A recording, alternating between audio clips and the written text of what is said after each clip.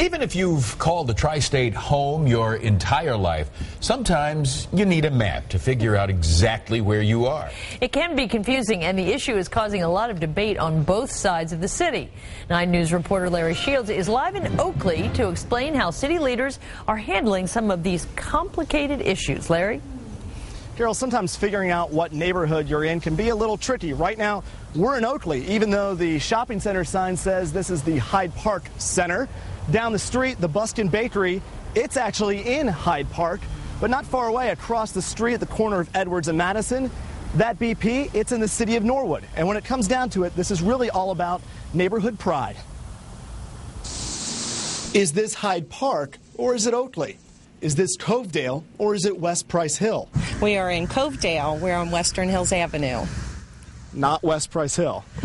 Well, it depends on who you talk to. Sometimes even the signs send mixed signals. And when this one went up, people didn't like it.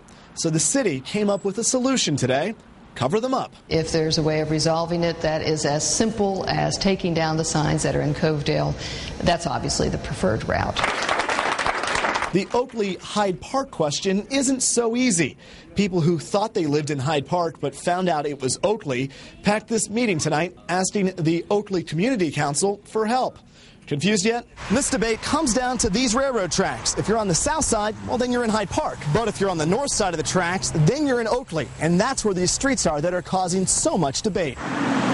People on streets like Broadview Drive say they bought Hyde Park, and having to sell in Oakley will cost them money. It might cost you as much as 20 or 30%. Similarly, if you'd bought Oakley and had to sell Madisonville or Norwood, whatever the perception of the buyer is, that might hurt your value. Everybody wants to be in Hyde Park. I mean, if you're in Oakley, you live in Oakley, you're in Oakley. It's clear this problem can't be solved with one meeting. It's going to take, probably several meetings of the citizens to come up with a solution that's going to be workable for both sides. Council ultimately has the power to resolve any of these disputes, but it has chosen to try to step back from things that are fundamentally about communities and neighborhoods.